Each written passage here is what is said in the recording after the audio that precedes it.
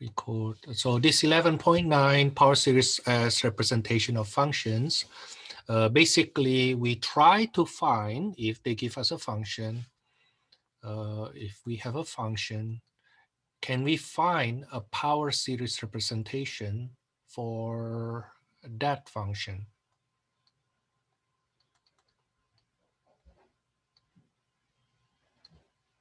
Okay, can we find such power series? Okay, now for us to be able to do this, not all of them, at least for our level for now, we don't have all functions can be represented, but we will start from the very basic one. And the very basic one is this geometric series. Okay, the geometric series 1 plus x squared all the way to x to the n all the way to infinity. We represent this as the sum from 0 to infinity of x to the n. Now we know this is equal to 1 over 1 minus x if the ratio, the magnitude of the ratio is less than 1. Now we learned that since I think 11.2. Okay, at that time we have a1r to the n minus 1 for n equals to 1 to infinity. Right, this is equals to a 1 over 1 minus r when magnitude of r is less than 1. Right, if we set the a1 to be 1 and the r to be x, that's what we have. Okay, that's where it comes from. So basically we are saying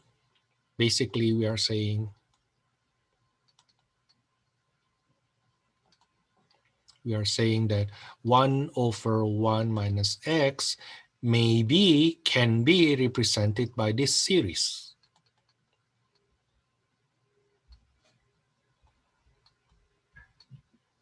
When absolute of x is less than 1. Now, of course, 1 over 1 minus x is such a simple functions that you may wonder why we want to represent that with something complicated like infinite series. But of course, the main use is actually not here. The main use is not here. The main use later on is actually with derivative and the integral. But let's first collect some basic functions that comes from this geometric series. Okay, it's to the point that you may want to memorize them. Okay, you may want to memorize them. For example,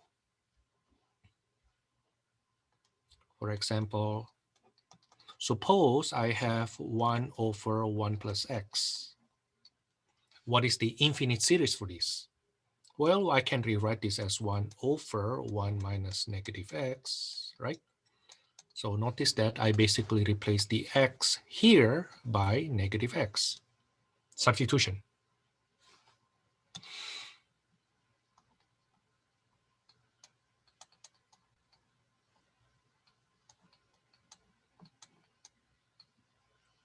When absolute of negative x, which is absolute of x, is less than 1.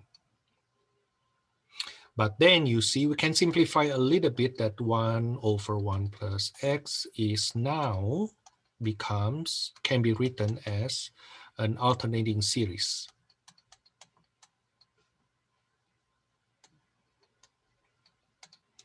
Okay. Now it's still like, oh, why do you want to do that? Why do you want to do that? Hold on. Imagine if we have 1 over 1 plus x squared. Now this is equal to, we can see this as 1 over 1 minus negative x squared, right? Again, I substitute the x becomes negative x squared. So the series becomes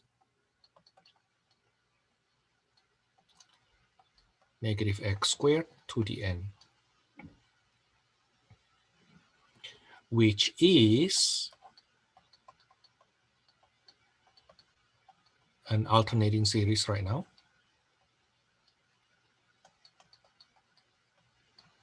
And x to the 2n. Now, of course, this is when absolute of negative x squared, which is just x squared less than 1. But this implies magnitude of x is still less than 1.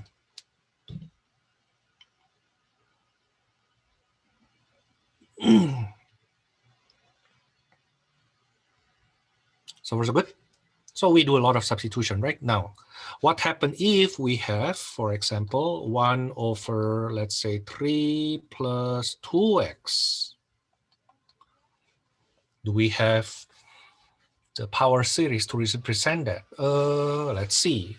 We need to have 1 plus or 1 minus, right? So let's factor the 3 out. So this is 1 plus 2x over 3. This is 1 over 3 times 1 over 1 plus 2x over 3. Now, either you go back to this where the x is negative 2x over 3, or you use this where the x is now 2x over 3. Either one. Let me use the original one. So this is equal to 1/3 the series from 0 to infinity of negative 2x over 3 to the n. When absolute of negative 2x over 3 is less than 1, which implies absolute of x is less than 3/2. Okay, as long as x is in this interval, then we can use this power series to represent that function. Okay, so 1 over 3 plus 2x is equal to 1/3 the series from 0 to infinity, negative 1 to the n, to make it alternating. Okay, and then 2 over 3 to the n, x to the n. We try to write the x to the n separately. Okay, so if you want to go on further, we may write it this way. This is the series from 0 to infinity. The first factor is the alternator. The second factor, I multiply the 1/3 in, and then the x factor. Now, later on in 11.10, I think, or maybe sometime later in the same section, we will go backward. Can you find the function represented by that power series? Okay, can we find the function represented by that power series?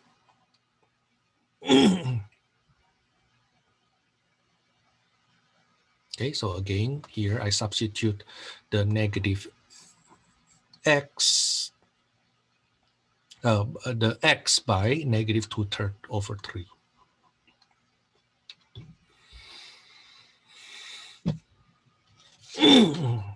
Now, here's the thing. We have a theorem, and this theorem is actually very big, that says the following. Let fx, a function, be represented by this power series centered about A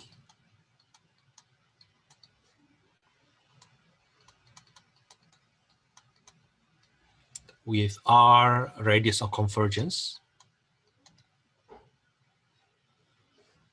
then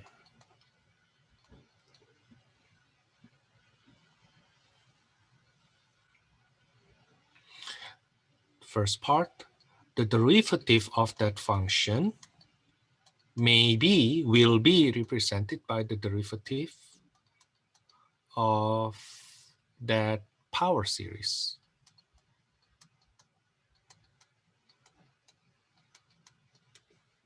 So imagine if you take the derivative here, you also do the derivative term by term here. The term by term derivative. So the coefficient Cn stays there.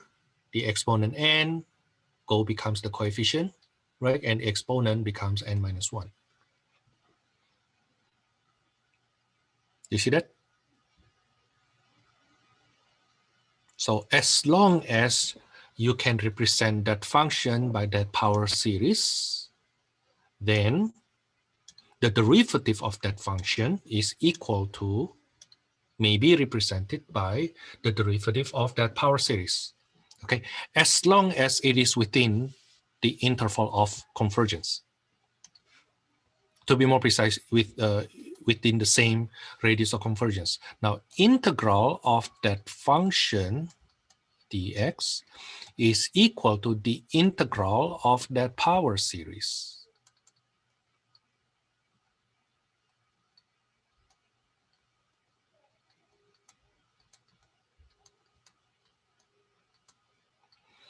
Because of convergence means nothing escapes to infinity, then integral of power series is power series of integral.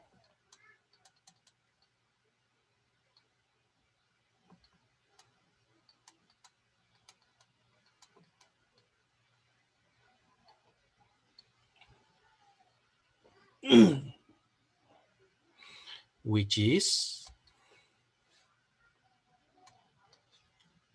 at Cn over n plus 1 x minus a to the n plus 1, the series from 0 to infinity. Don't forget, indefinite integral, when you integrate, you plus constant.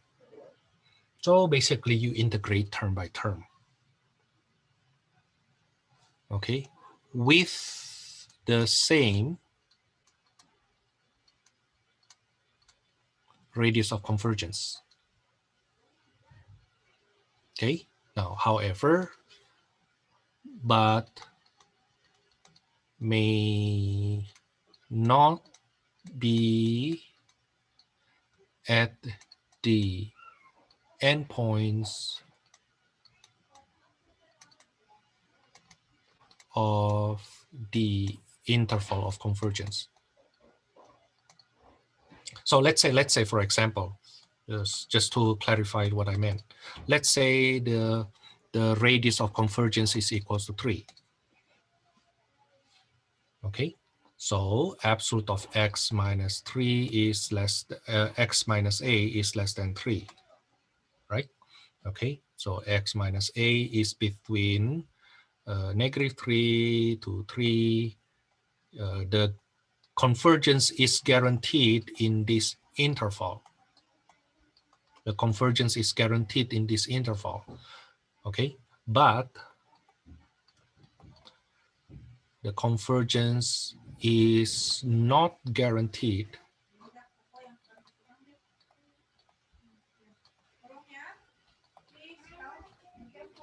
at the endpoints.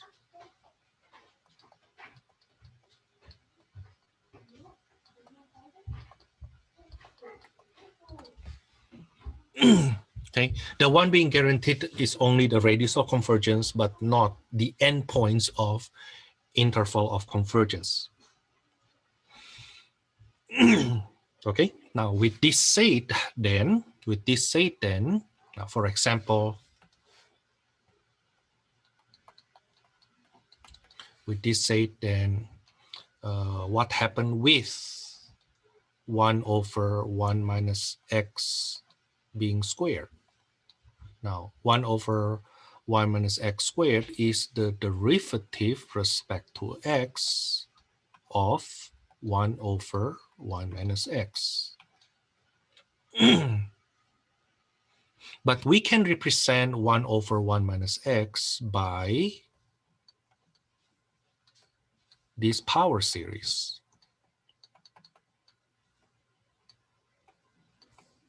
Is it right? Now, again, the necessity of having the convergence, okay? Only when, I think I want to write it in red, only when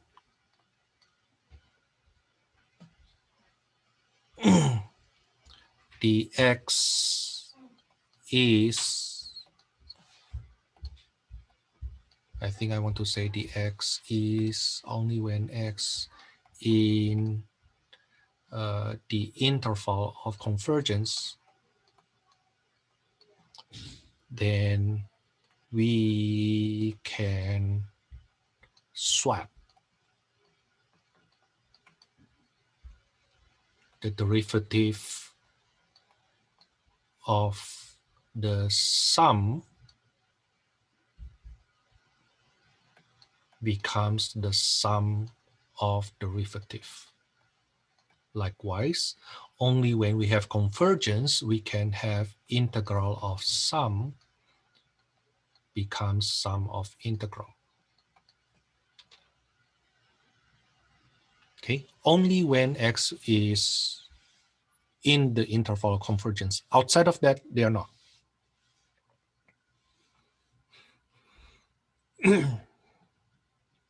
Okay, now on the other hand, then if we come back here, then you see 1 over 1 minus x being squared is equal to derivative of that. That will be the series. I suppose to start from 0, right? Okay, n times x to the n minus 1. But we don't have x to the negative 1. That's why then we start from 1 right now. Okay, if that were 0, then your first term will be 0 times x to the negative 1 plus 1 times x to the 0 plus 2 times x to the 1, like that. Okay, now we have issue here. That's 0 anyway, right? That's why then we adjust that to be, this is the same to start from 1.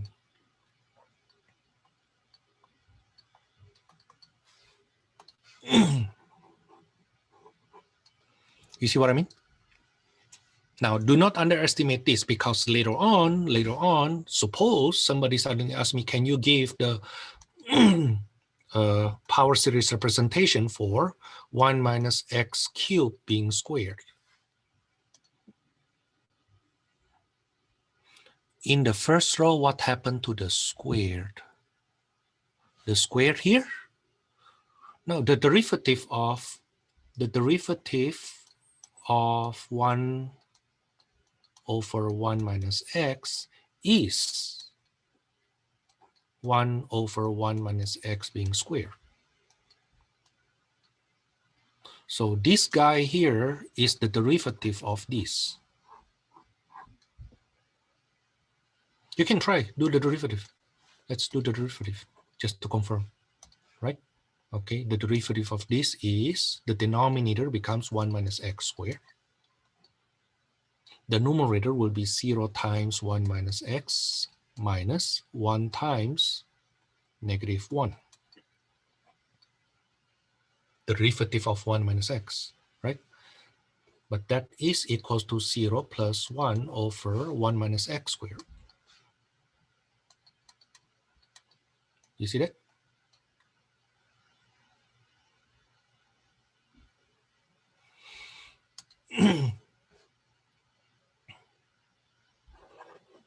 So we see that the reciprocal of 1 minus x squared is the derivative of 1 over 1 minus x. Now, but this guy has a power series that we know. So the derivative of this will give us the derivative of this series.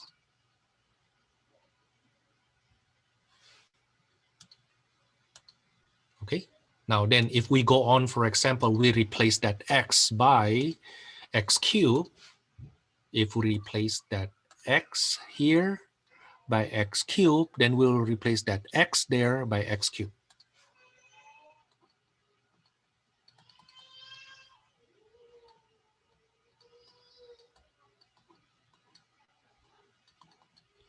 Which is, I'm sorry, supposed to be from 1.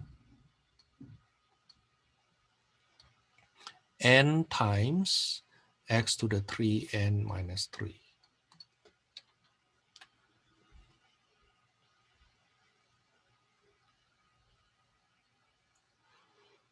You see? Okay, so beside doing substitutions that we did earlier in example 1, we substitute this and that to match with that geometric series representation. We can do the derivative and integral. So you integrate the power series, you differentiate the power series, and you can still do do substitution after that. And actually, furthermore, if you want to say, oh, you know what is x squared over 1 minus x cubed squared? This is equal to x squared times 1 over 1 minus x cubed squared. Now I change to the power series representation.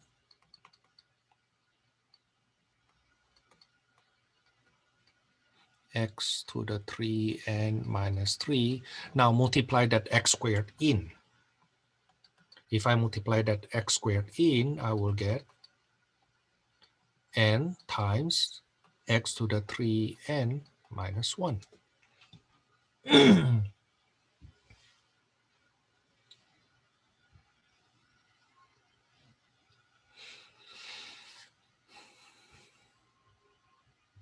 Okay. It's like this section is so compact such that you need to learn to go from, let me give you the scheme. Okay, let me give you the scheme. You need to be able to go from here. You have the function with the power series representation, or maybe the general one.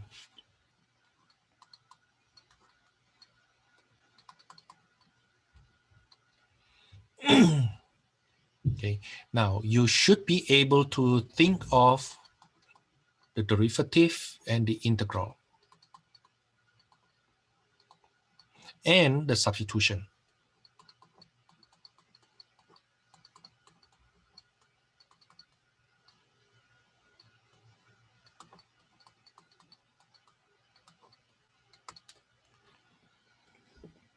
Now the thing is, later on, toward the end of this section, we will learn to go backward. Later on, we learn to go backward.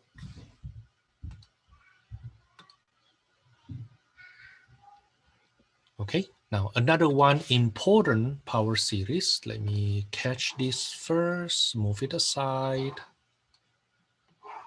here, and make it small.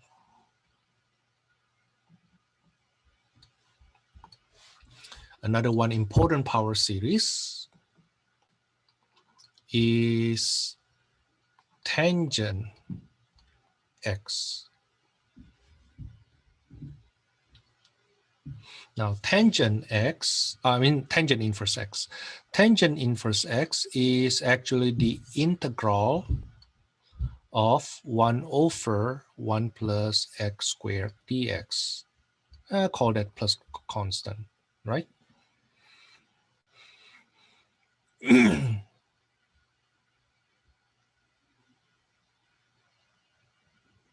But the integrand can be represented by the series from 0 to infinity of -1 to the n x to the 2n dx. Is it right? So the way you think is, okay, what is the representation of 1 over 1 plus x squared? That is the series from 0 to infinity of -x squared to the n. I replace 1 minus -x squared. So -x squared, I put it here. Now this guy becomes this,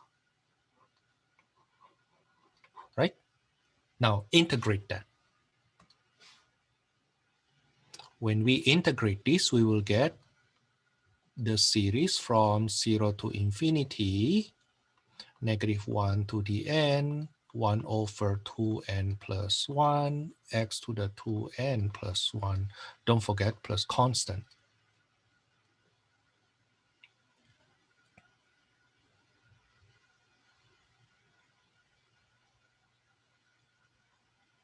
Okay, so we are basically saying that tangent inverse x now may be represented by the alternating series -1 to the n over 2n plus 1 x to the 2n plus 1 plus constant. We can find the constant actually. You let x for x equals to 0. We know tangent inverse 0 is equals to 0. And the series becomes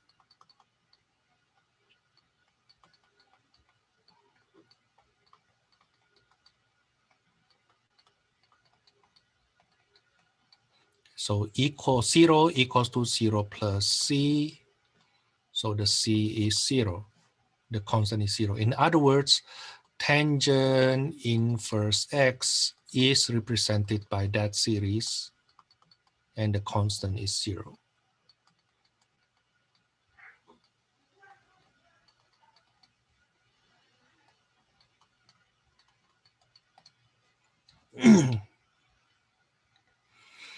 Now another important one is that to the point that you should memorize this. I will actually write it down later on.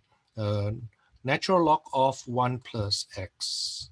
This is the integral of 1 over 1 plus x dx. Okay, as a power series representation, this is integral of the series -1 to the n x to the n dx.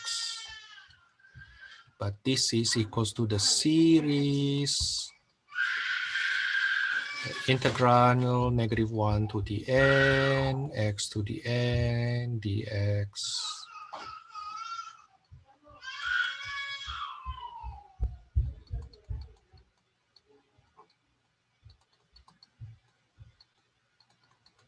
Of course, plus constant. Now, can we find the constant? Oh yeah, set when x equals to 0, what happened? When x equals to 0, ln 1, we know that's equals to 0, equals to, take a look on the power series representation.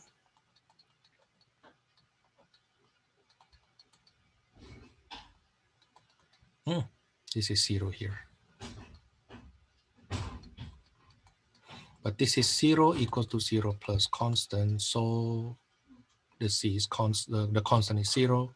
Therefore, now we go back to natural log of 1 plus x to be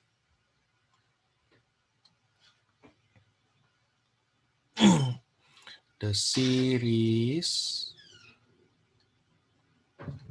-1 to the n over n plus 1 x to the n plus 1 plus 0. If we collect what we know so far, okay, maybe call this our collection. It all comes from this geometric series.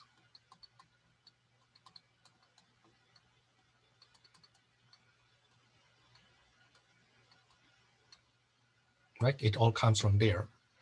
So if you replace the x by negative x, this is what you get.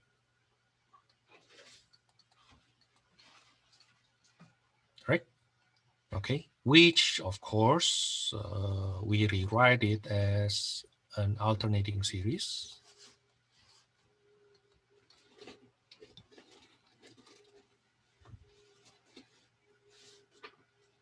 Okay, and furthermore, what happens if we have 1 plus x squared instead? Well, basically you substitute the x in the geometric series becomes negative x squared.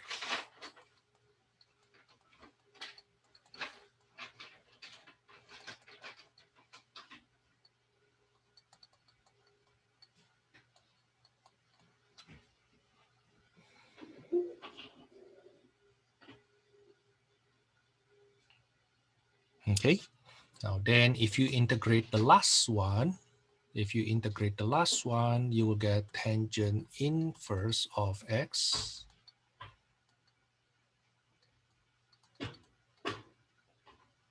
you will get alternating series over 2n plus 1 x to the 2n plus 1. That's if you integrate this.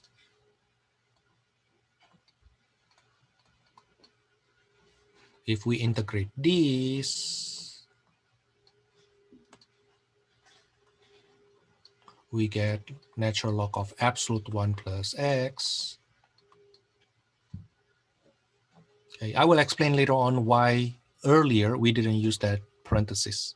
We didn't use that absolute, we just used parentheses. It has something to do with the interval of convergence. So this is the integral of that guy. That's negative 1 to the n over n plus 1 x to the n plus 1. If I do the derivative of this, so this is integrate also, but this is differentiate. If I do the differentiation for that, I will get 1 over 1 minus x squared. This is the series from 1 now of n times x to the n minus 1. Which actually, if you think about it, I can rewrite this as n from 0, okay, n plus 1 x to the n. Think about it. If you rewrite the series on the left-hand side here, this will be, when n equals to 1, this is 1 x to the 0 plus 2x to the 1 plus 3x squared, and on, right? Okay. But you can also represent this by n plus 1 x to the n. Now your n start from 0. Does it make sense? Okay, so even though this series here look very different from this one, but if you actually spell it out, you write them out term by term, they look exactly the same.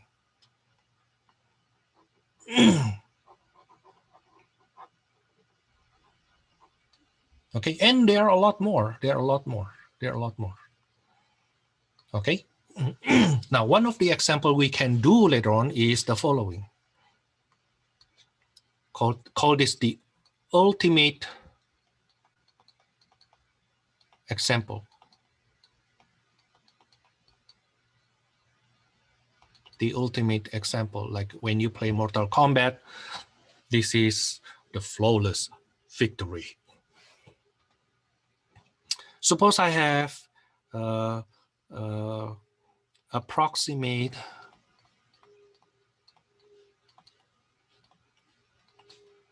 to, let's say, 6 decimal places of integral from 0 to 0.7 of 1 over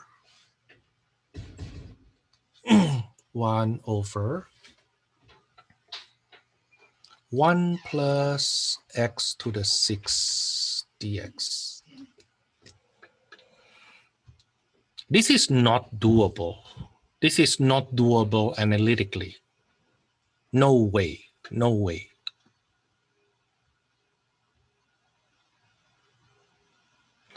But we just need to approximate that to 6 decimal place, right? Okay, so what I will do is the following. Okay, I will replace that function, the integrand, by power series representation. This is -1 to the n, okay, and then x to the 6n. Notice that this is this guy 1 over 1 plus x to the 6 is equals to 1 over 1 minus negative x to the 6. Is it right? Okay, dx. And notice that from 0 to 0.7, 0 to 0.7, this interval is well within the interval of convergence, -1 to 1. Right? The radius of convergence for this is absolute of x to the 6 is less than 1, right? Which implies absolute of x is less than 1. Now 0 to 0.7 is well within that interval of convergence. In other words, we can compute this using series instead.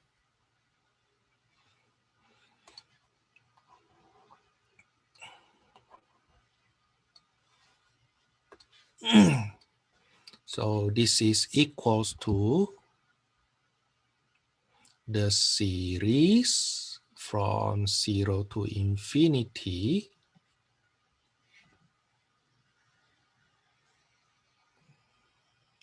-1 to the n over 6n plus 1 x to the 6n plus 1 from, I don't need to add constant because it's a definite integral, right? From 0 to 0.7.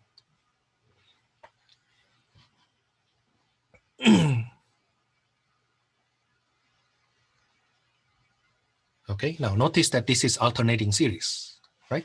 This is alternating series.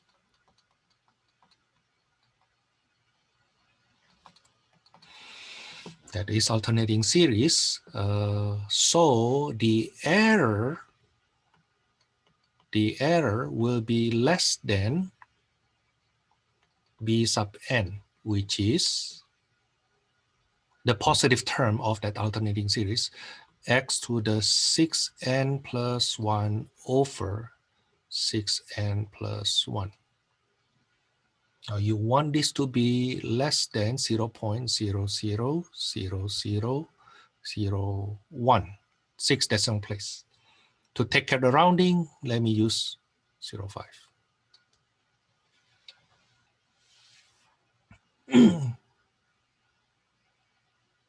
Now plug that 0.7 in. 0.7 to the 6n plus 1 over 6n plus 1 less than 0.000005. What will the n be? Let's do the reciprocal. 6n plus 1 over 0.7 to the 6n plus 1. This has to be greater than, the reciprocal of this is 2, 3, 4, 5, 6, 10, 100,000, 10,000, 100,000, million, 10 million.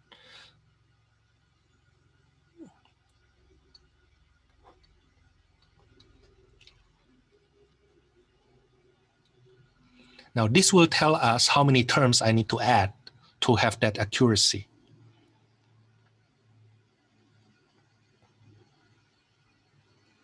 Okay, 10 million divided by 5, this is 2 million. So what will the n, the smallest n possible, such that this guy give me the number I want? Okay, now the thing is, if you think about this, this is 6n plus 1 over 0.7 times 0.7 to the 6 to the n. Is it right?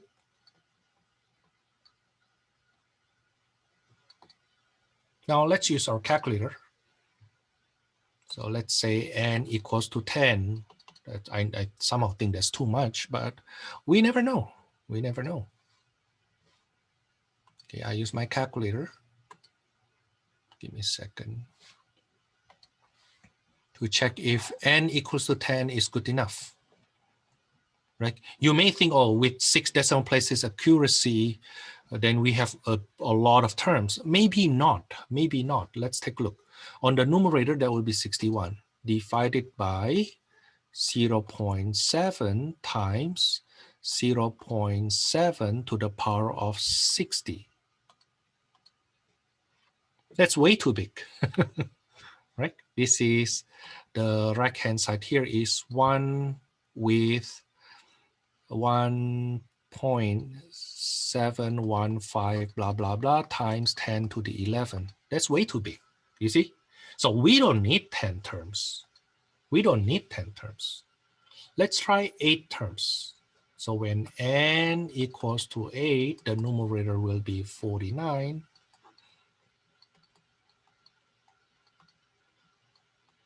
This is to the 48. Is it right? Okay, 49 over parentheses 0.7 times 0.7 to the 48. This is still 1 billion something. No, I just need 2 million.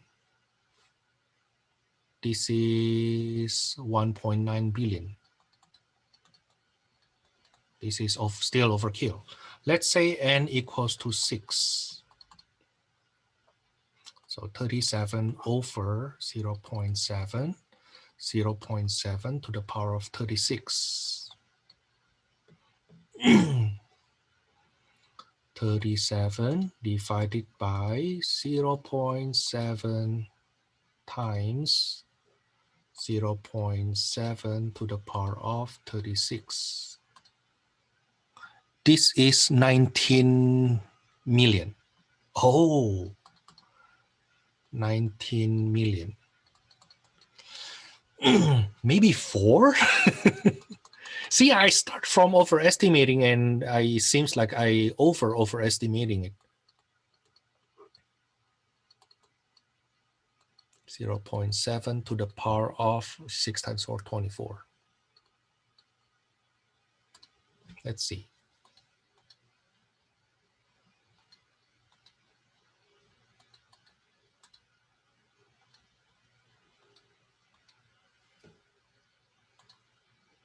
Oh, this is 186,000 something only.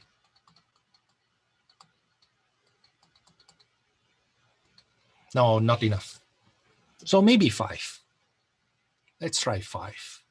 So when n equals to 5, I will get 6n plus 1. So that's 31 over 0.7 to the 30th. Is it right?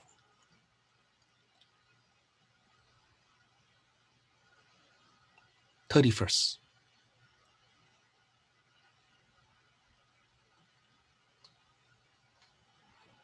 Let's see, what's that? Do I need 4 terms or 5 terms? No, do we need 6 terms or 5 terms?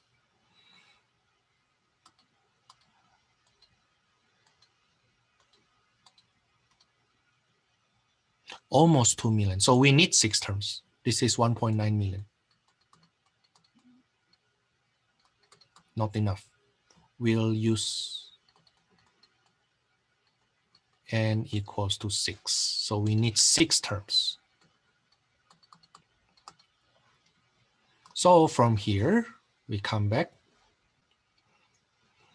this infinite series, according to our computation,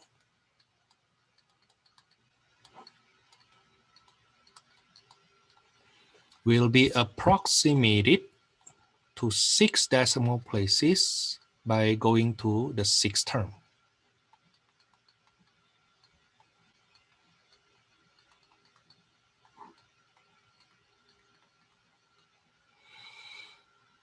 Okay, so the integral from 0 to 0.7 of 1 over 1 plus x to the 6 dx is approximated by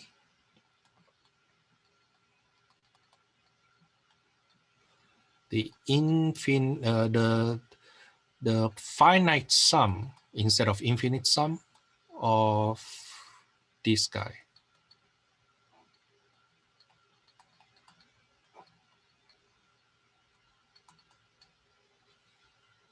Okay. Now the good thing is when x equals to 0, it's all zeros, right? So basically this will be the series, the finite series of 0.7 to the 6n plus 1 over 6n plus 1. Then from there you use your calculator. In other words, even though we cannot find the exact value, but we can find the approximate value up to whatever the accuracy you need. Like earlier, we say we want 6 decimal places. Okay, 6 decimal places. Even if I take care of the rounding, so I make it 7 decimal place with 5. I found out that okay, we need not 6 terms, but up to the 6th sum. Okay, so this is equal to, when n equals to 0, there will be 0.7 over 1 minus, when n equals to 1, that's why we get minus 0.7 to the 7 over 7 when n equals 1. When n equals to 2, that's 0.7 to the power of 13 over 13 minus 0.7 to now 3. So will be to the power of 19 over 19. You see what I mean? Okay, and just keep on going until you get the 6th term plus 0.7 to the 6, that's 39. I'm sorry, 37 over 37.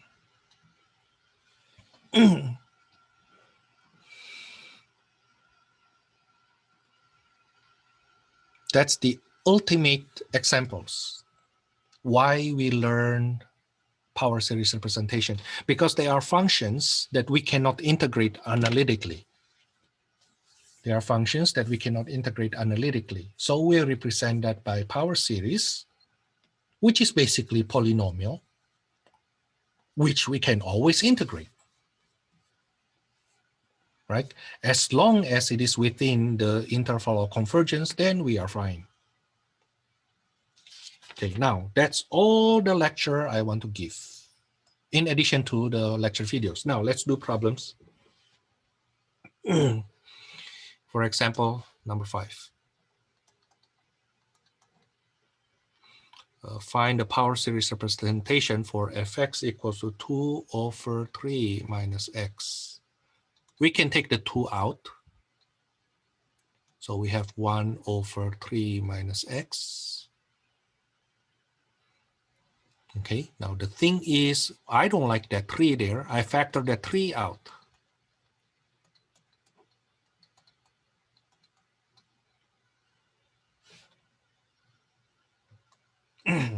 So this is now representable by 2 over 3, the power series from 0 to infinity of x over 3 to the power of n. That's the power series representation. Now, how about the interval of convergence? Now we know that absolute of x over 3 should be less than 1.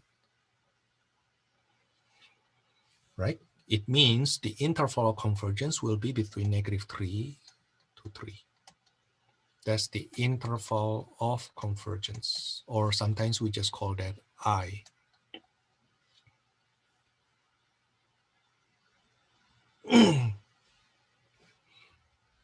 Number 7. We have fx is equal to x over 9 plus x squared. I will deal with the x later on. Oh, let me factor the 9 out also.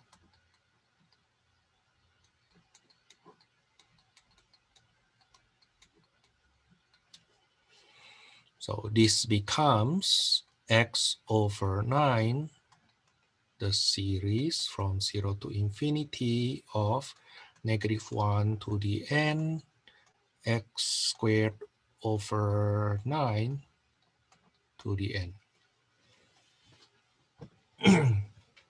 Now everything after this is cosmetic.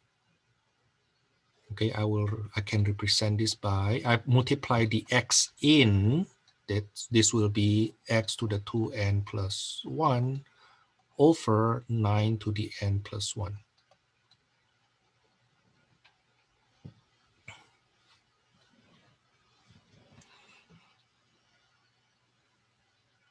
That's it.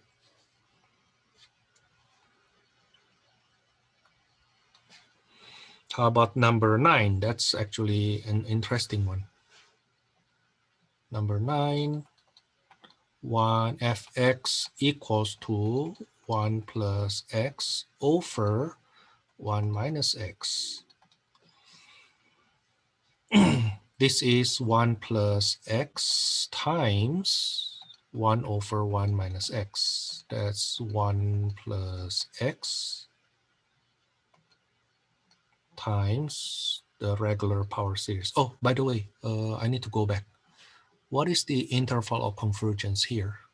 Now, x squared minus over 9 in absolute value has to be less than 1, right? So x squared is less than 9. So x is between -3 and +3. That's the interval of convergence. Now continue from that fx in number 9. I will multiply the 1.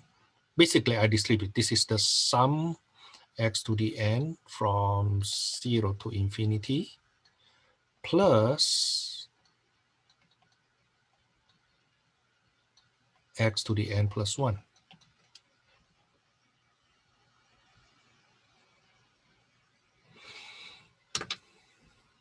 I wonder if we can actually put them together though.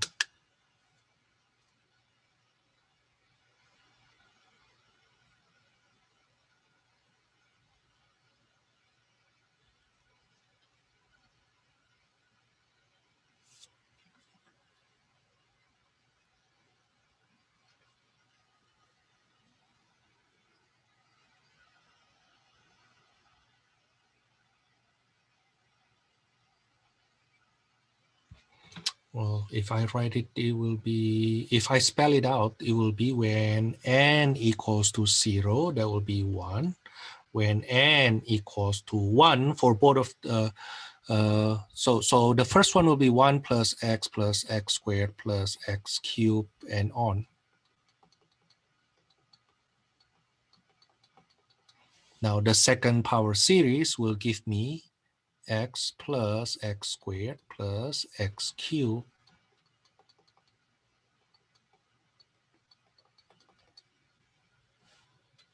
which is equal to 1 plus the series from 1 to infinity of 2x to the n.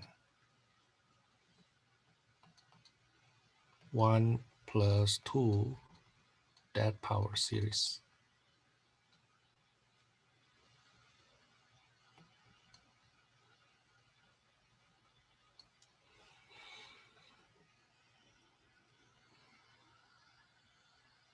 right? Because when you add all of this here, they will give us 1 plus 2x plus 2x squared plus 2x cubed, so on and so forth, right? Now, I separate the 1 with this.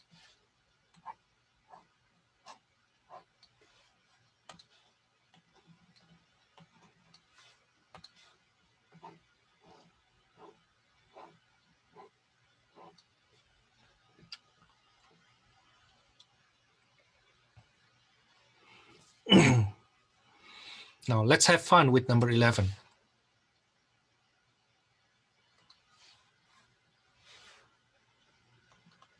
Number 11, the problem is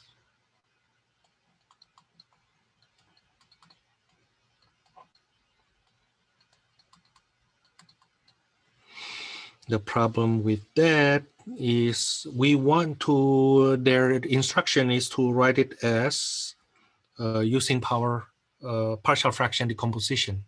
I will just do it fast. Okay, I will just do it fast.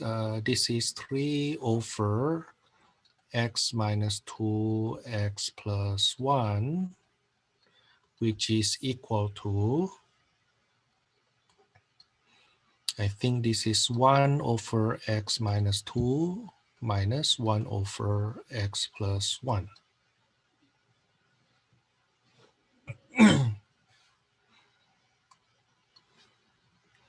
This is negative 1 over 2 minus x minus 1 over 1 plus x. I will factor the negative 1/2. So I get 1 over 1 minus x over 2 here. Do you see that?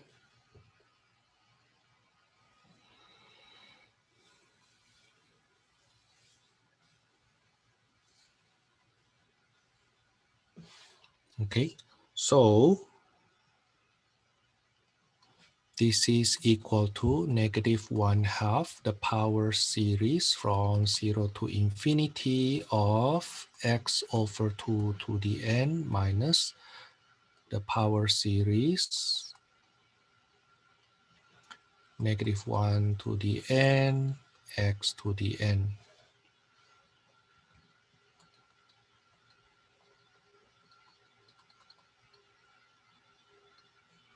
This is x to the n on the top, at the bottom 2 to the n plus 1 at the bottom there, and this is alternating.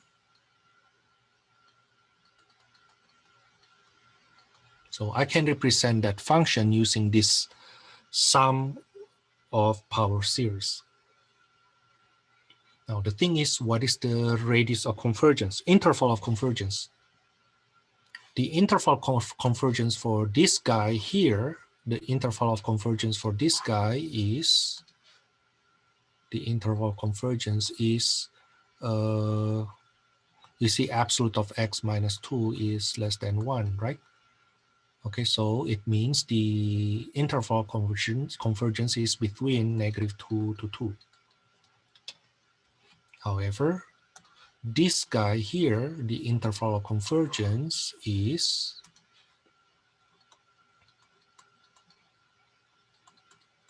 from negative 1 to 1. So you do the intersection of these two interval of convergence, we get the interval of convergence here will be from negative 1 to 1.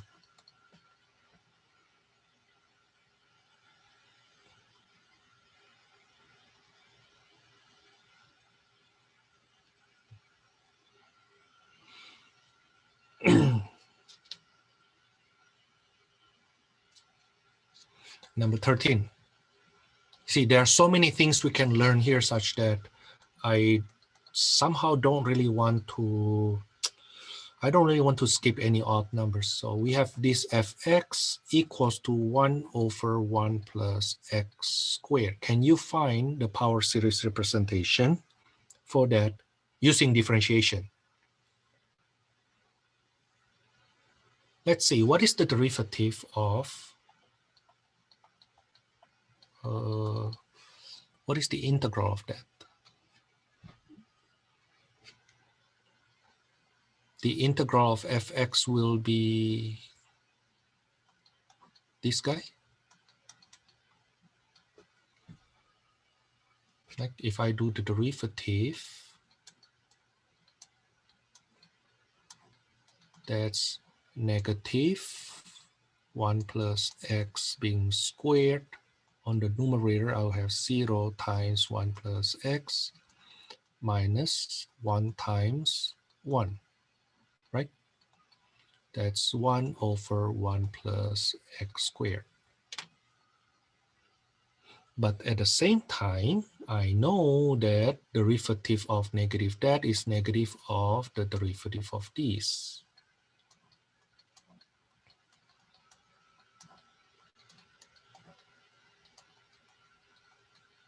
Okay, so now we can represent 1 over 1 plus x squared. We can represent that using negative of the derivative of the power series.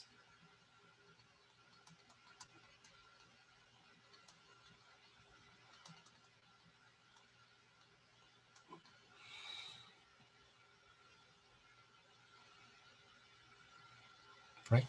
So this guy here is representable using this. Right?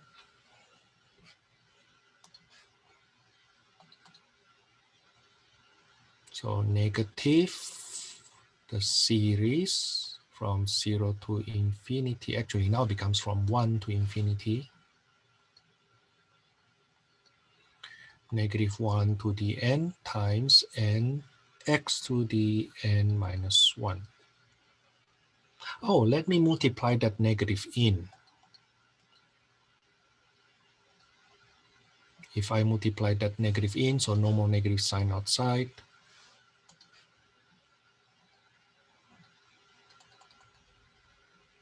I get negative 1 to the n x to the n minus 1.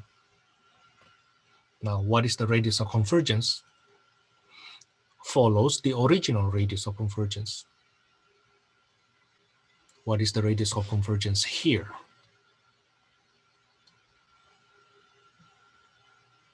Okay, it's the same to the radius of convergence there, right? Where absolute of x is less than 1. So the radius of convergence is the same. Where did the negative go? Oh, I forgot. Here.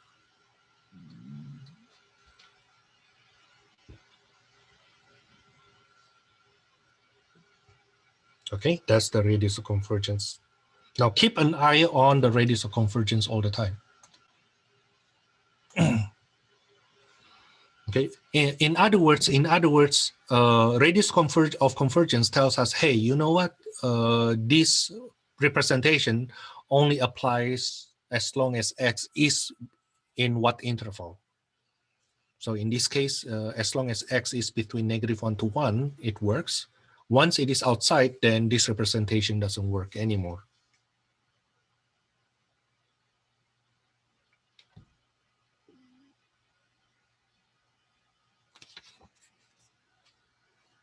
Okay.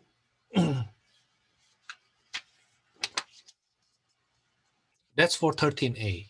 Oh, that's only part A. How about part B? For 13b, use part A to find power series representation for fx equals to 1 over 1 plus x cubed. Huh?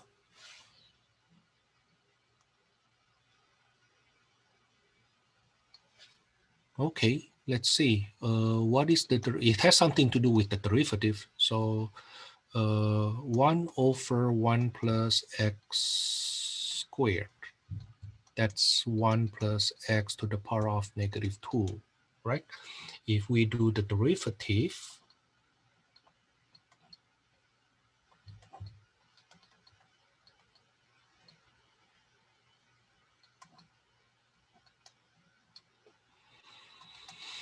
this will be -2 over 1 plus x cubed, right?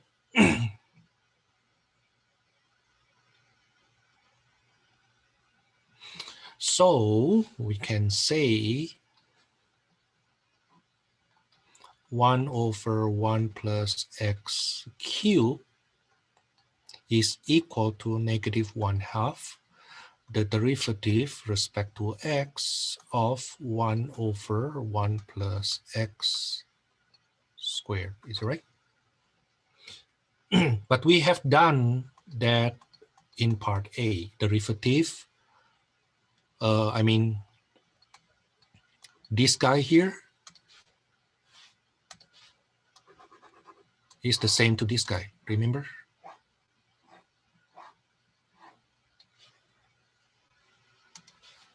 So this is the series from 1 to infinity of negative 1 to the n plus 1 times n times x to the n minus 1.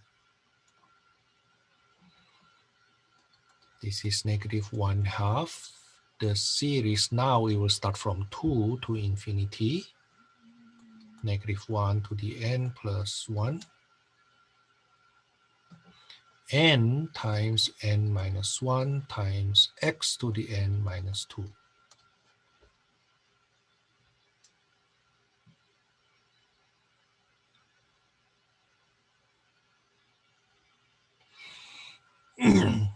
Okay, part C. How about the power series representation for fx equals to x squared over 1 plus x cubed? But this is x squared times 1 over 1 plus x cubed. The power series representation for that 1 over, what? Oh, I have parentheses here, sorry. This is negative 1/2 infinite series from 2 to infinity, negative 1 to the n plus 1, n times n minus 1 times x n minus 2. Now multiply x squared in. Multiply x squared in, so I get negative 1. I can simplify this a little bit further later on. I do it later.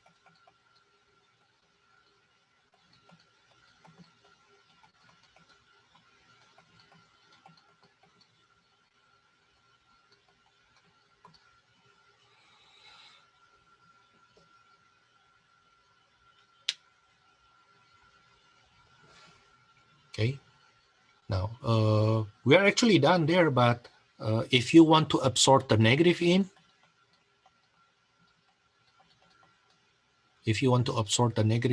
it becomes n plus 2 here, right? But negative 1 to n plus 2 is the same to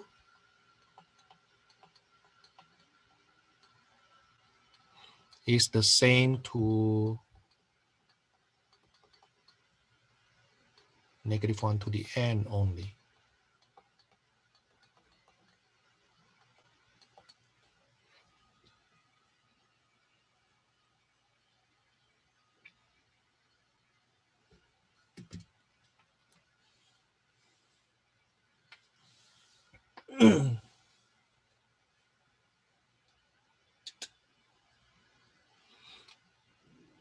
That's for number 13. I will do one more problem, then I take a break. Number 15.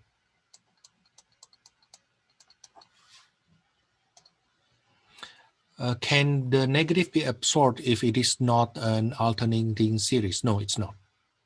You can absorb that in, but not combining it with the negative 1.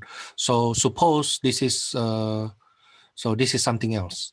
Okay, let's say this is something else. Then you put the negative inside, like next to the n maybe, or you make it 1 minus n instead, right? Okay, but because it's alternator here, okay, it becomes a parity, even or odd only, right? So n plus 2 is even, then n must be even. Okay, fx equals to natural log of 5 minus x. How do we get that? How do we get the power series representation? Let's take a look on 1 over 5 minus x. The integral of these will be negative natural log of 5 minus x plus constant. Is it right?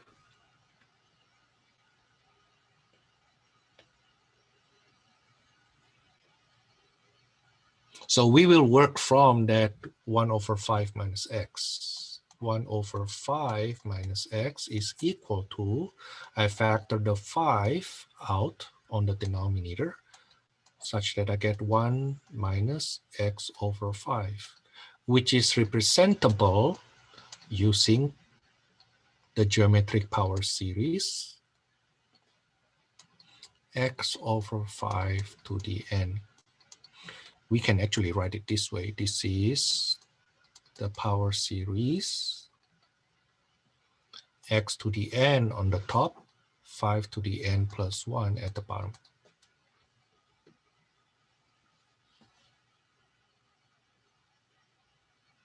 Now then, the integral of 1 over 5 minus x dx will be the integral of this power series.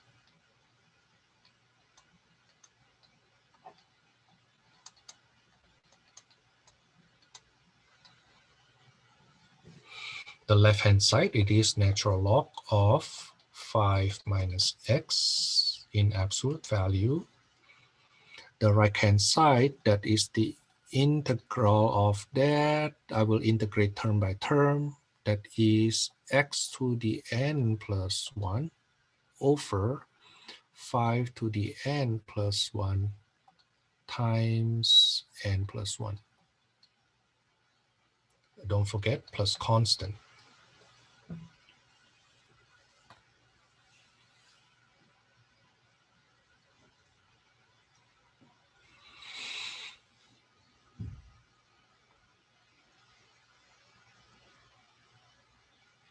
Now, notice that the interval, the radius of convergence is x over 5 has to be less than 1, right? So x later on will be between negative 5 to 5.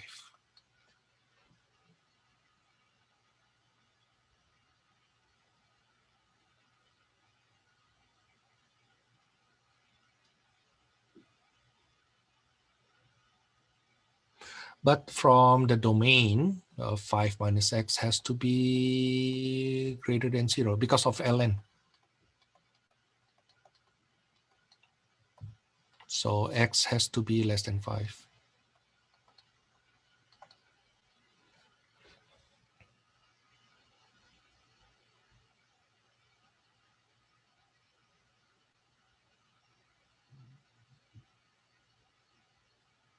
Now, we need to compute, we need to find what is c. We need to find what is c.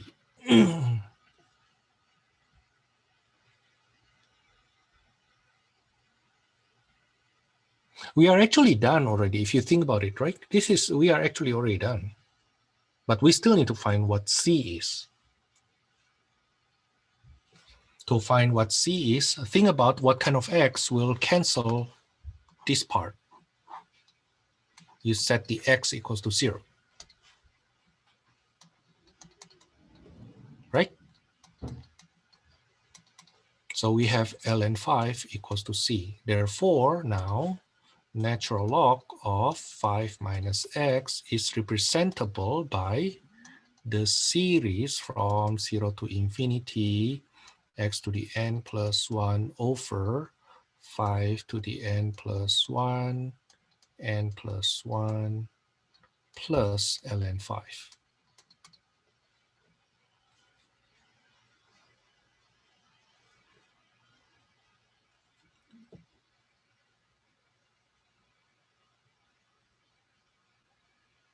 Oh, by the way, the question was, what is the radius of convergence? So the radius of convergence will be 5. I don't need this.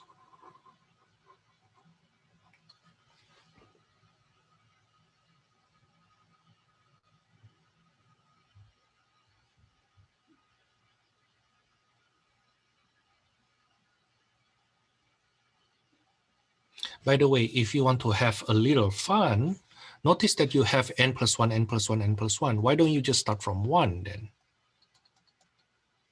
So I get x to the n here. This is 5 to the n. This is n.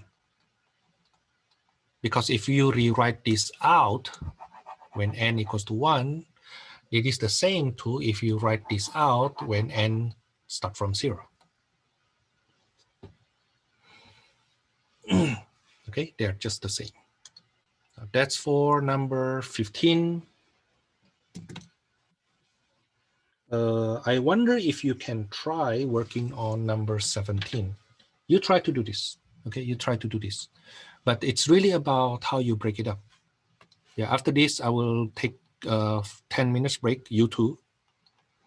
Okay, but then I give you 5 more minutes to try to think about this question. This fx equals to x over 1 plus 4x squared. But this is equals to 1 times 1 over 1 plus 4x squared, right? Okay, now then you remember we can use this. We can use for this part here, use 1 over 1 plus x being squared. Remember that? I think we did that somewhere above. Here, number 13a. Right? So you see number 13a, what is the representation? Then you substitute the x becomes 4x. Okay? Yeah, you try to do that together with our break. 10 minutes break plus 8 minutes to do this. We come back at 9 o'clock. Yeah, but you try that though, okay?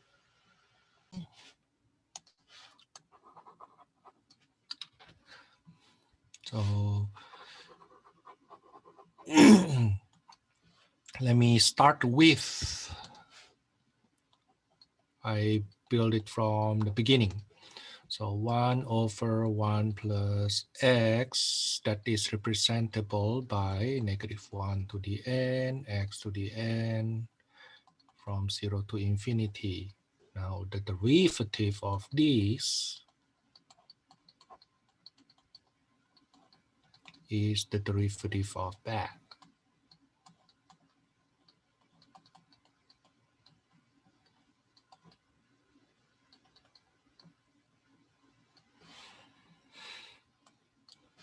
But the left-hand side, it becomes -1 over 1 plus x being squared. The right-hand side, it becomes -1 to the n times n x to the n minus 1. Now the n start from 1. So 1 over 1 plus x squared. I multiply both sides by -1. I get -1 to the n plus 1 and x to the n minus 1. So replace that x by 4x.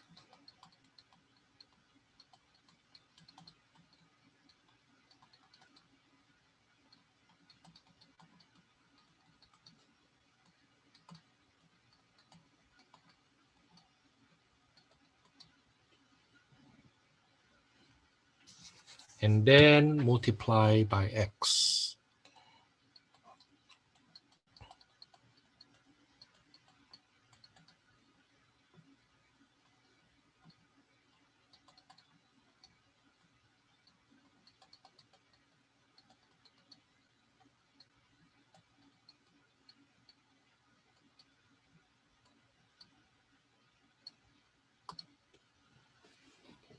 How about the radius of convergence?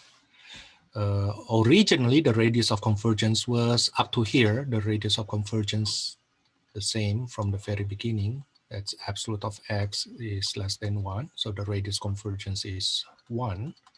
Now, when I replace the x by 4x, then the radius of convergence becomes 1/4.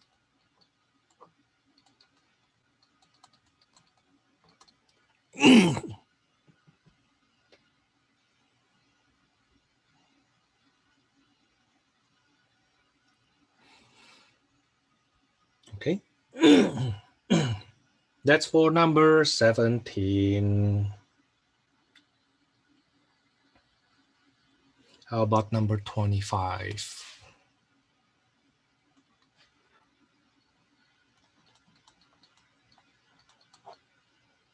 We have integral of t over 1 minus t to the 8 dt. And of course, find the radius of convergence also. Solution. We start from 1 over 1 minus t. That is the series. Maybe I use 1 minus x instead. That's infinite series from 0 to infinity of x to the n, right? Now then, when we replace the x by t to the 8,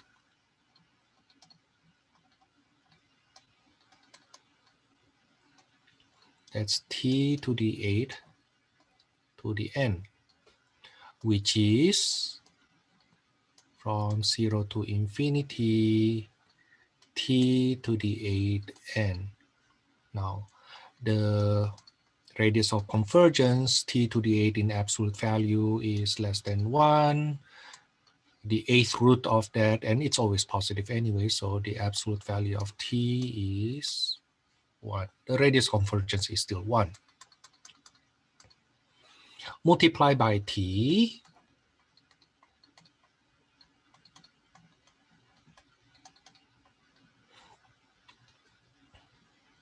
This is t to the 8 n plus 1. Is it right? Now the integral of that, the integral of this will be the integral of this.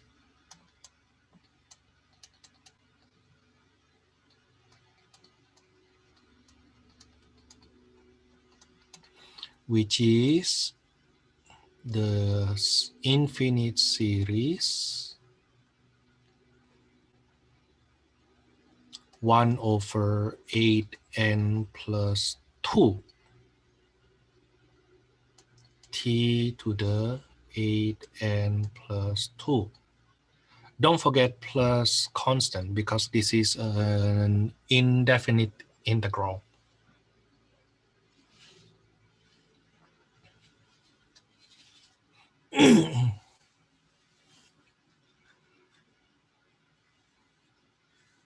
How about number 27? See, I keep on going, and it all starts from that geometric series.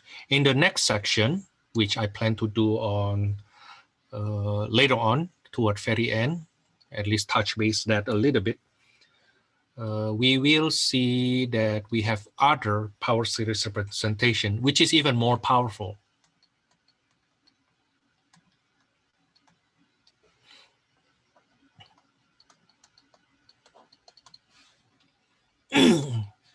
So 1 over 1 plus x has this power series representation.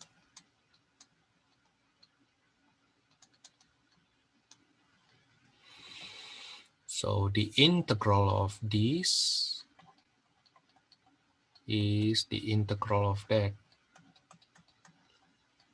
Now, by the way, ln 1 plus x is actually one of the function that you can just quote later on, but let's learn to develop that ourselves.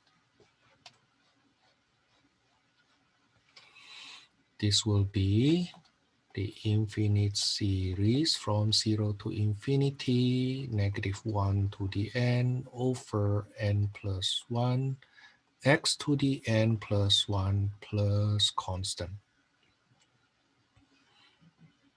Okay, so ln 1 plus x is equals to this guy,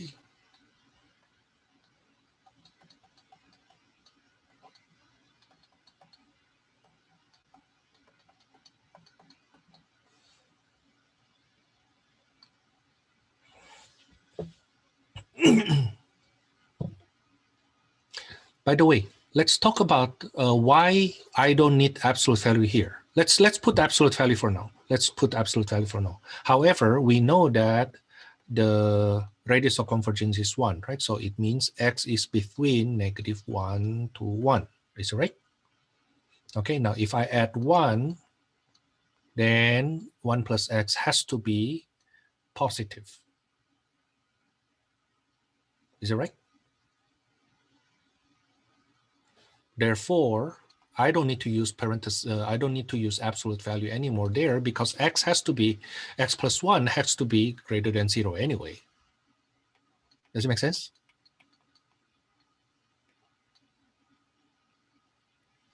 Okay.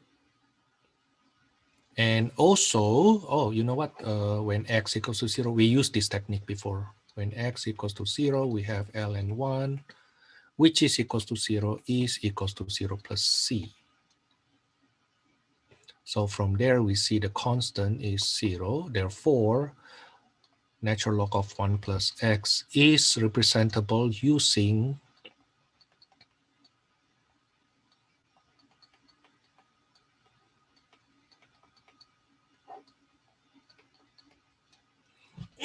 now multiply this by x squared.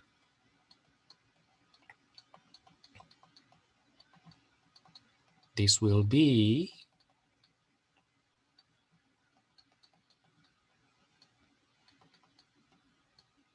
does it make sense? Now integrate this.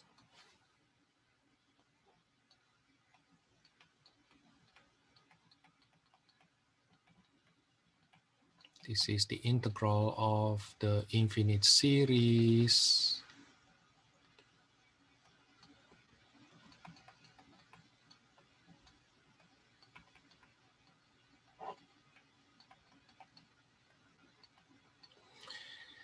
which will give us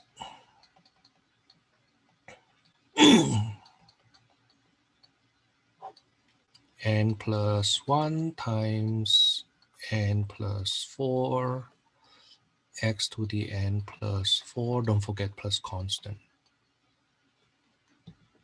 So that's the power series representation of this integral.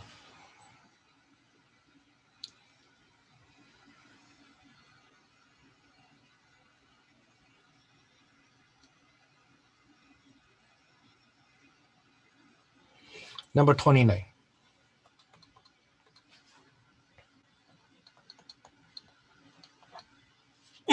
We are getting closer and closer to something fun.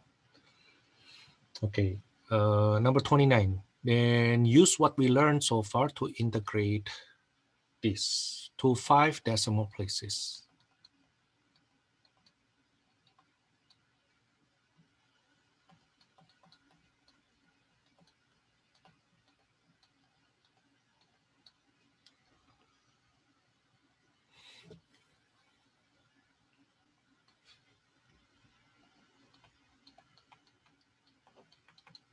So we know 1 over 1 plus x is the alternating series from 0 to infinity of -1 to the n, x to the n. So if I replace that x by x to the 5th on the right-hand side, I will also replace that by x to the 5th. And notice that the radius of convergence was originally 1, right? So basically absolute of x, absolute of x here has to be less than 1, right? Now, x to the 5th has to be less than 1, but that still implies the radius of convergence is 1. In other words, this power series representation is okay for x between -1 to 1. Now, the domain of the integration is from 0 to 0.2. Okay, so 0 to 0.2 is a subset of -1 to 1, right? So we can use this approximation. Integral from 0 to 0.2 dx over 1 plus x to the 5th equals to the integral 0 to 0.2 negative 1 to the n x to the 5 n dx. Oops, I forgot the infinite sum. This is the infinite series negative 1 to the n x to the 5n plus 1 over 5n plus 1. But this is a definite integral, right? From 0 to 0.2. When x equals to 0, it's 0. So this is equals to n equals to 0 to infinity, negative 1 to the n, 0.2 to the 5n plus 1 over 5n plus 1. That's the infinite sum. Now we want to approximate that to the error should be. Actually, I make a very big mistake earlier. I need to go back. I need to go back. I need to go back. I need to go back. I need to go back. Go back. I'm sorry. Here. This is actually bn plus 1. The error is less than the next term. The error is less than the next term. So I just need to go to, I'm sorry. Yes. Yeah, go back. If you took a note, then please do correction. This is less than the next term. Okay, so this will be to the 7th, to the 7th, to the 7th, to the 7th.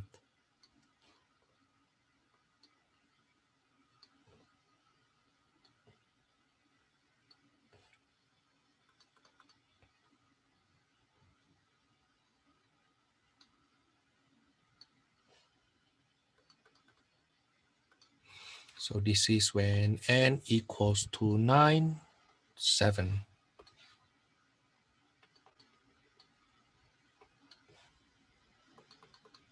This is when n equals to 5. This is when n equals to 3.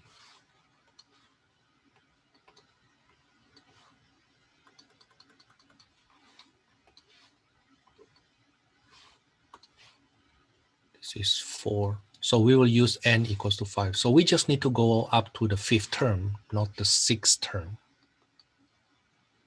We just need to go up to the 5th term, not the 6th term. So it's even more efficient than what we thought, right? Up to the 5th term only. My bad.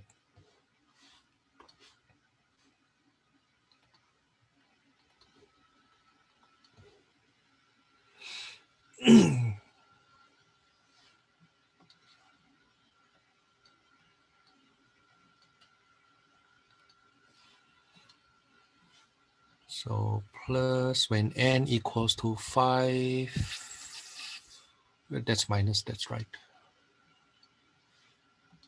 When n equals to 5, that's minus 0.7 to the power 31. And this is over 31. Yeah, that's how far we need to go. I'm sorry. I kind of like forget the subscript 1 and that mess up my computation. Well, at least we know that we were more accurate than we want it to be. Okay, the margin of error, the error will be less than the positive n plus first term, which is 0.5. I'm sorry, 0.2. What happened? What happened? It doesn't want. Okay, so this is 0.2 to the power of 5n plus 6 over 5n plus 6. Now this is set to be less than 6 decimal places. 2, 3, 4, 5, 6.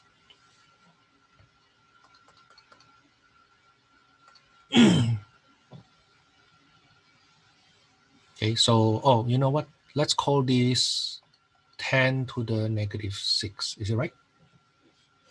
So let's find out the n that give us a value less than that. Let's say n equals to 3.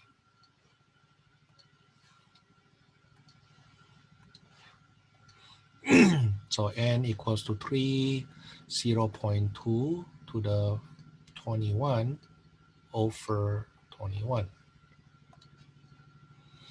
So 0.2 to the power of 21 divided by 21. Will that be good enough? Ooh, wow, surprise. That's way too powerful. Oh, wow. Okay, no, this is 9. Let's say this is less than 10 to the negative 16. Is it right? Okay, let's say n equals to 2.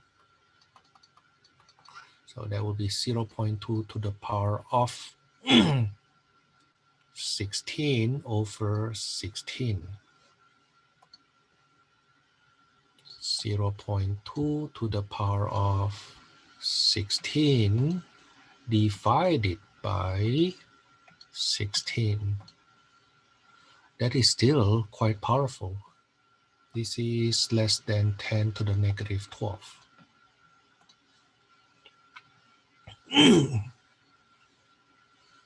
Okay, let's see when n equals to 1. So if n equals to 1, it means we just need n equals to 0 and n equals to 1.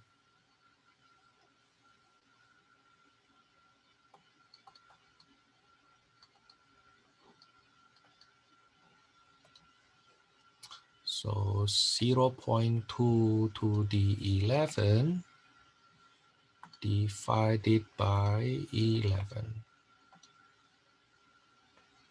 No, this is still very small. This is less than 10 to the negative, what? Negative 8.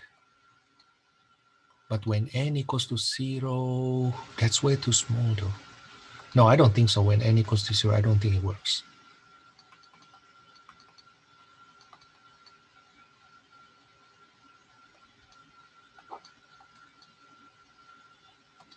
So 0.2 to the 6 divided by 6. Now it's not, right? This is approximately 10 to the negative 5. So use n equals to 1.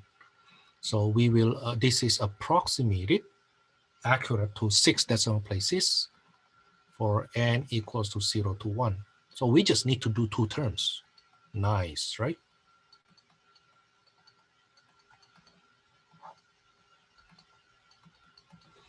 Which is equals to when n equals to 0.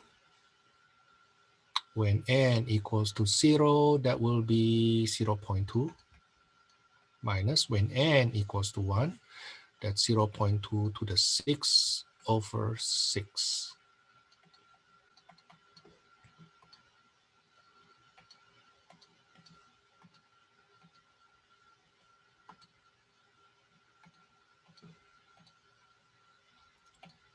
Minus 1.06666 times 10 to the negative 5. Is with 7. So this is 0.2 minus 0.12345.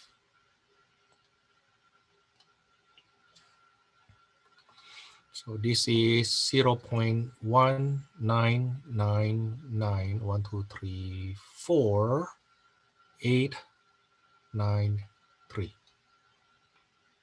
to 6 decimal place up to here. That's the number.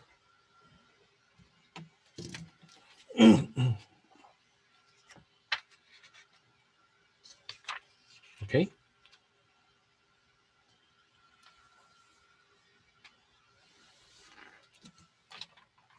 See how nice is the approximation, right? How about number 31? That's number 29 earlier. Number 31. Integral from 0 to 0.1 of x times tangent inverse of 3x dx.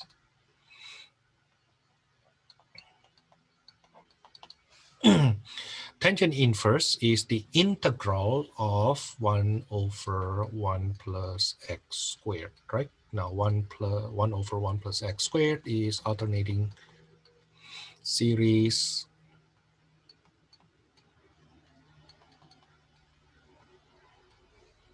Okay, integral of that will give us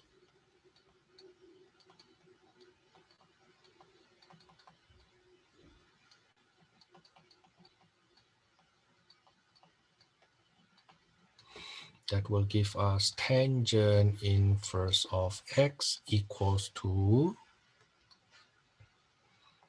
infinite series -1 to the n x to the 2n plus 1 over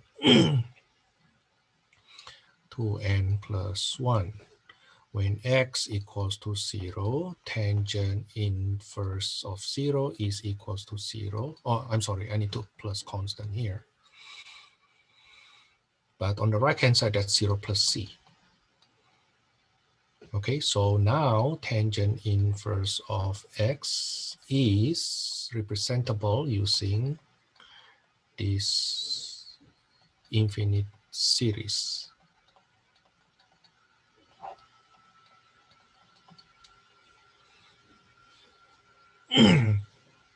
Now replace that x by 3x. Let's take a look first. The radius of convergence here is 1, right? Okay, so when I replace x by 3x,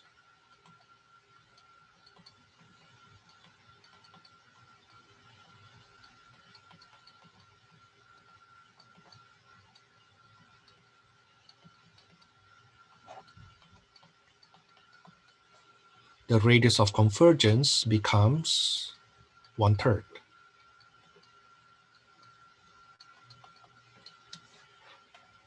Okay, so x has to be in this interval.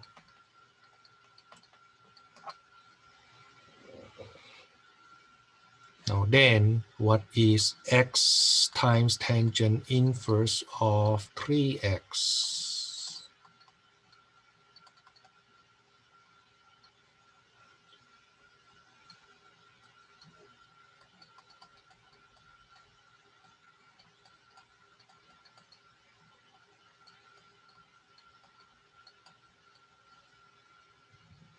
Is right? I multiply x in. Now integrate this further.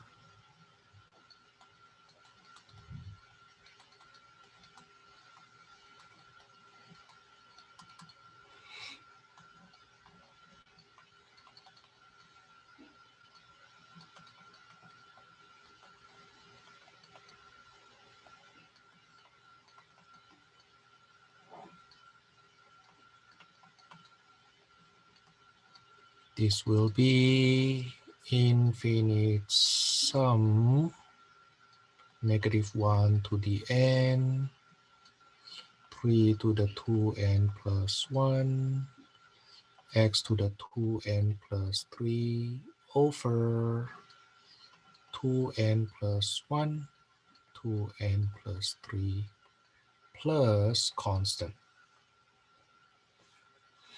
But what we need is integral from 0 to 0.1, which is well within the interval of convergence.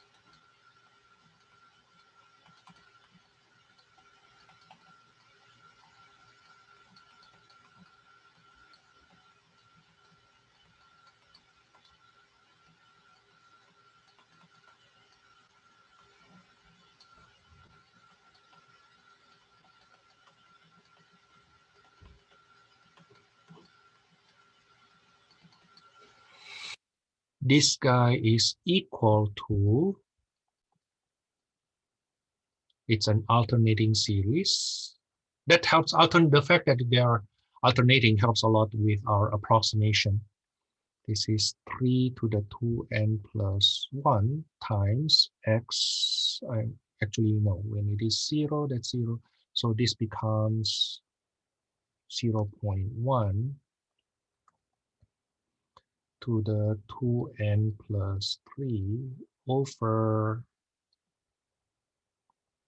2n plus 1, 2n plus 3.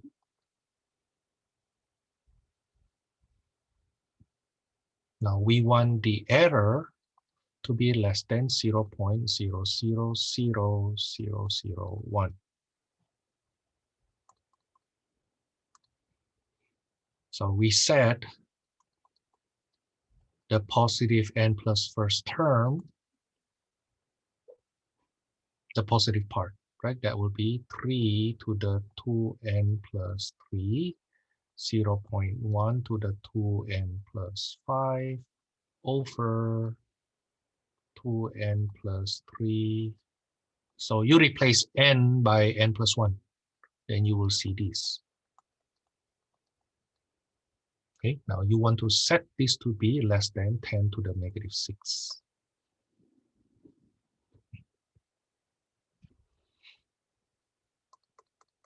This is not that bad though. Let me play around. You can just use calculator to compute right away, but let me do it this way.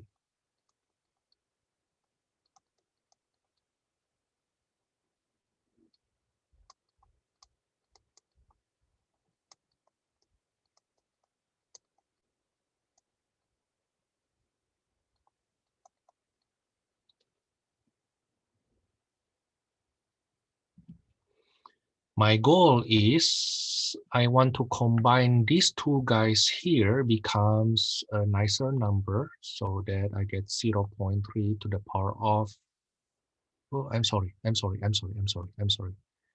it should be 2 here, 3 there. So plus 3 here, and this is 2. So that's 0.3 to the power of 2n plus 3 times 10 to the negative 2 over 2n plus 3, 2n plus 5 less than 10 to the negative 6.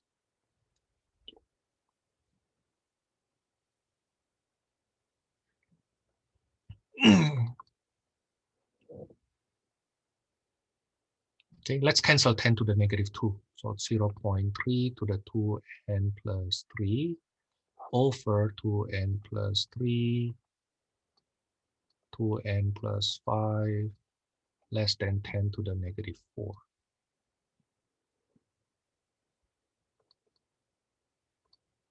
Let's start with n equals to 2. Okay, I mean, you can start from any numbers, okay, but I already have trauma. Earlier, I start from 5, from 10. It's like still even lower than that, right? Okay, so let me start from 2. Okay, so 0.3 to the 7th over 7 times 9. What will that be?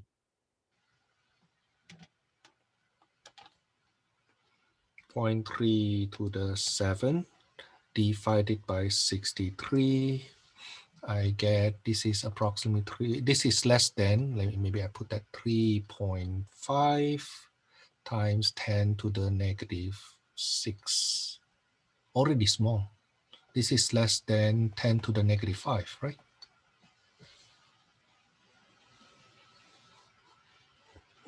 Let's try when n equals to 1.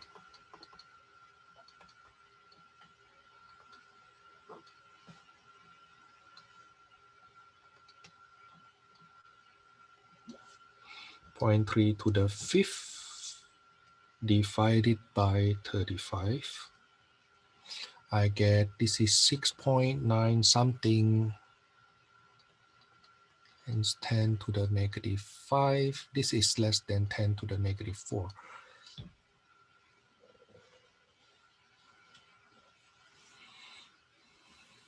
So I just need to go to the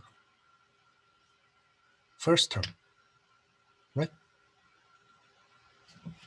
Okay, I just need to go to the first term. Okay, this is approximated by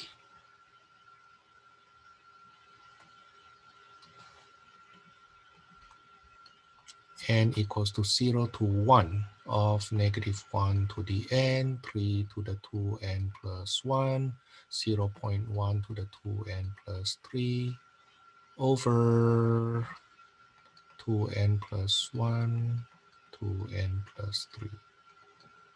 When n equals to 0, that's 3 times 0.1 cubed over 1 times 3 minus when n equals to 1, 3 cubed times 0.1 to the 7th, I'm sorry, to the 5th.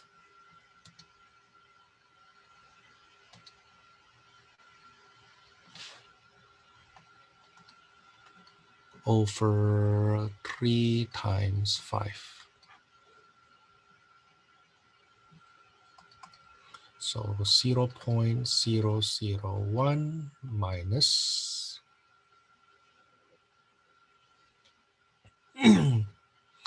9 over 5.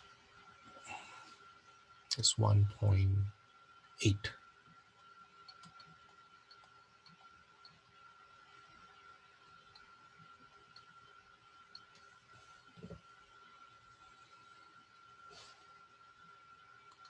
So this is 0.0000982.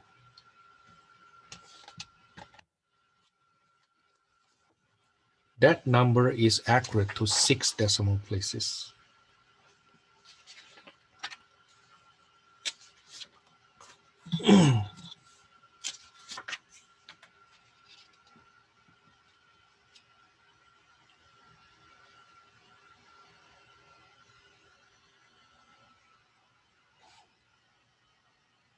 I check with the book. I see different number.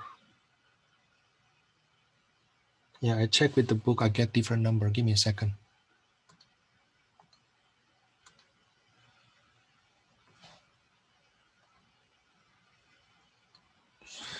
Let me compute this again. I will, earlier I compute this visually. So cancel 1 over 3, I get 9 over 5 times 0.1 to the 5th. That's 1.8 times 10 to the -5. So at the 5th decimal place.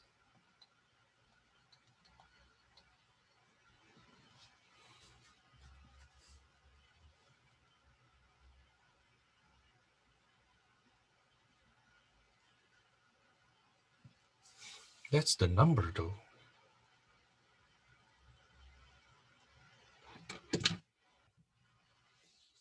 Yeah, that's the number though. See, textbook, I check at the back of the book. The back of the book says the answer is 0.000983.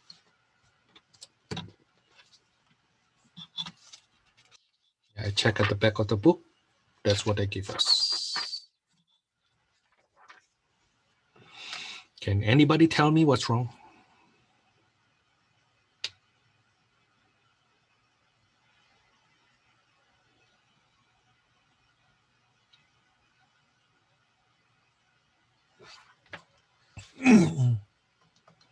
You know what? I think, yeah, let me check my work starting from number 17. I think I'm okay.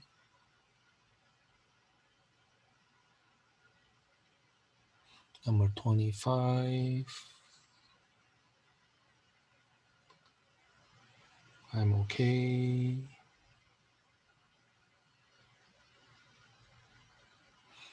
Number 27.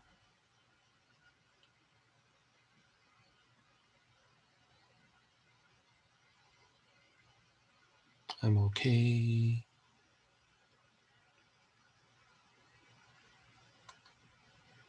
Number 29, I'm okay. Number 31, what's wrong?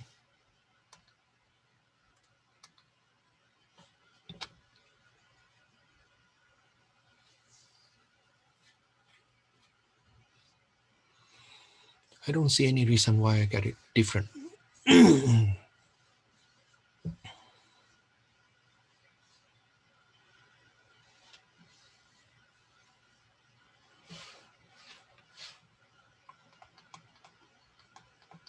Okay, find my mistake there.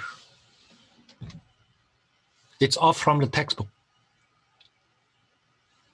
But I have confidence my answer is correct.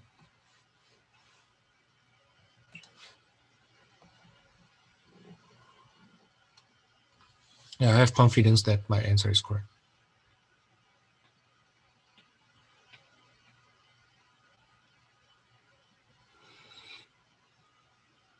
Okay, that's for number 31.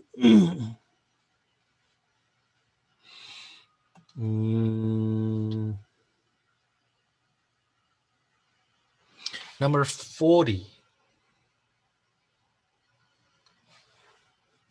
Number 40. Should I do number 40 or number 41? Number 40 first. No, I do number 41 right away. I think number 40 is quite easy. Number 41. This is very interesting. Use tangent inverse of x. Use tangent inverse of x to show that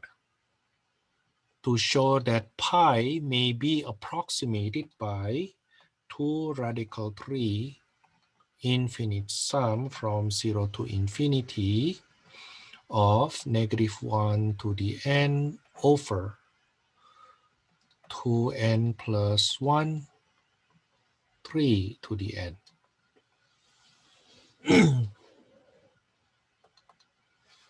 Okay, let's see. What do we know about tangent inverse of x using infinite series?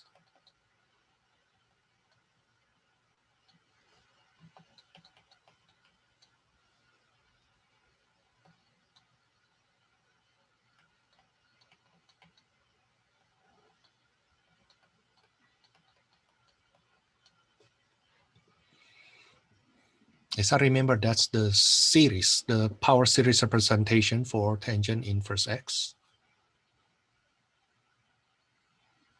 Okay. Now, what you need to do is try to massage these such that it looks like that. Okay, that's what we will do. Okay. So this is equal to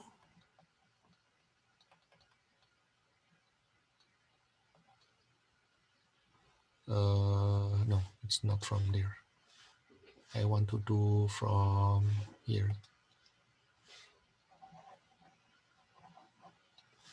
I start from this guy, the infinite series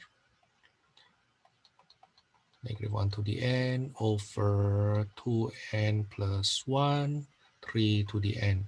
But this guy is equal to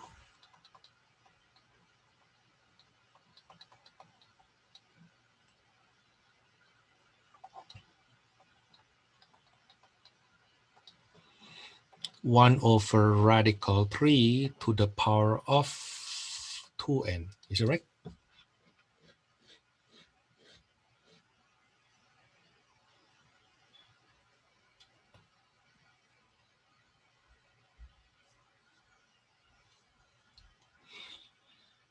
Does it make sense?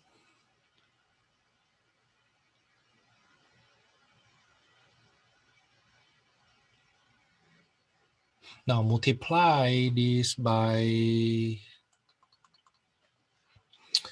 again, I try to connect, I already connect this guy, this part here, with this guy.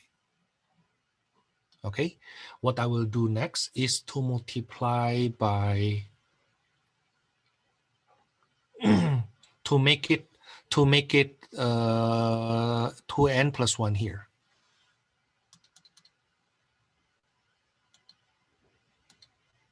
So what I will do is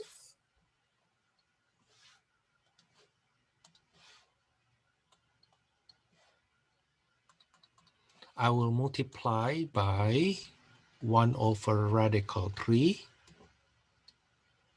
but compensated by radical 3. What do you think?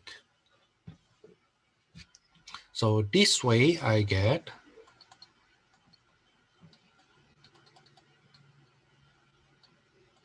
-1 to the n,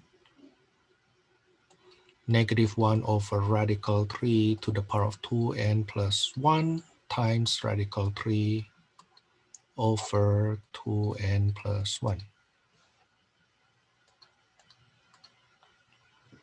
Where did I get that negative? No negative there.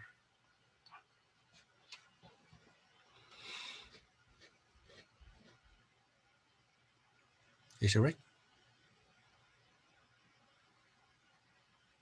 But notice that this guy here is the same to tangent inverse of 1 over radical 3.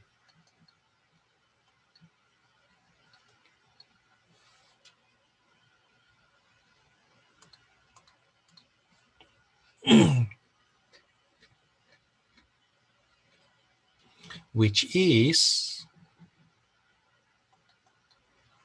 pi over 6.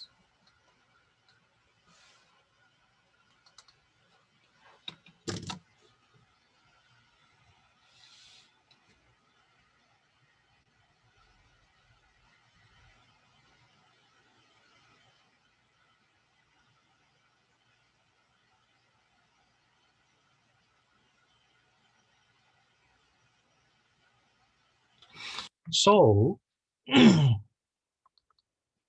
by the way, this is equals to, if I divide by radical 3 on the top and the bottom, I will get 2 radical 3 at the bottom here.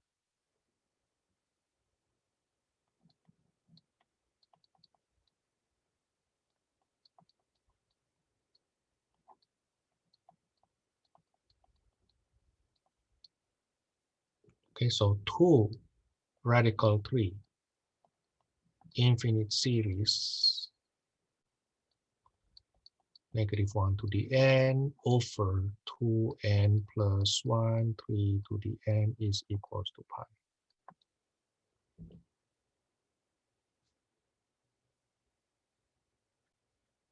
So notice that I massage the infinite series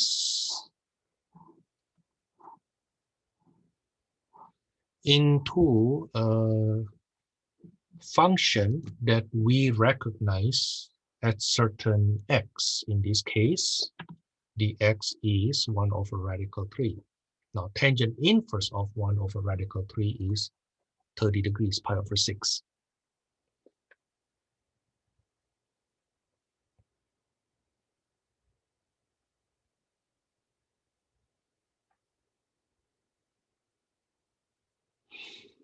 Okay, your suggested homework.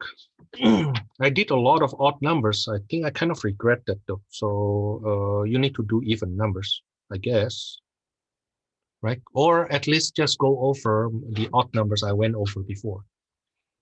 Okay, just try to do them again and see if you can come up with the same solution. The one that I honestly still confused is what happened with my number 31, but I don't think I make mistake.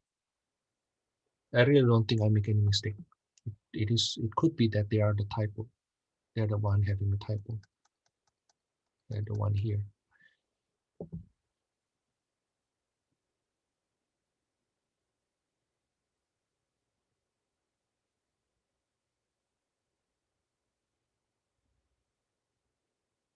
Okay, I don't think I make any mistake.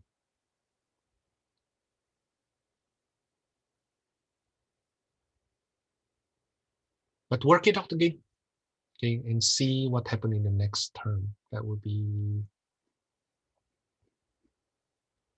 yeah, I don't think that's the issue.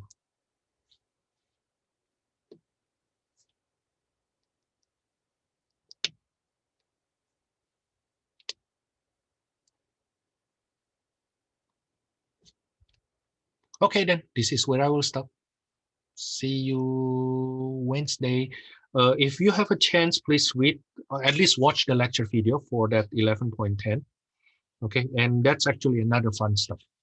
Oh yeah, before I forget, on Saturday I plan to have hold my office hour as usual. Okay, but feel free to ask me questions on that day. Okay, so on Wednesday we'll do 11.10. I don't think I will go to 11.11 unless it is really, we are actually done with the material though. Yeah, 11.11 is just a slight further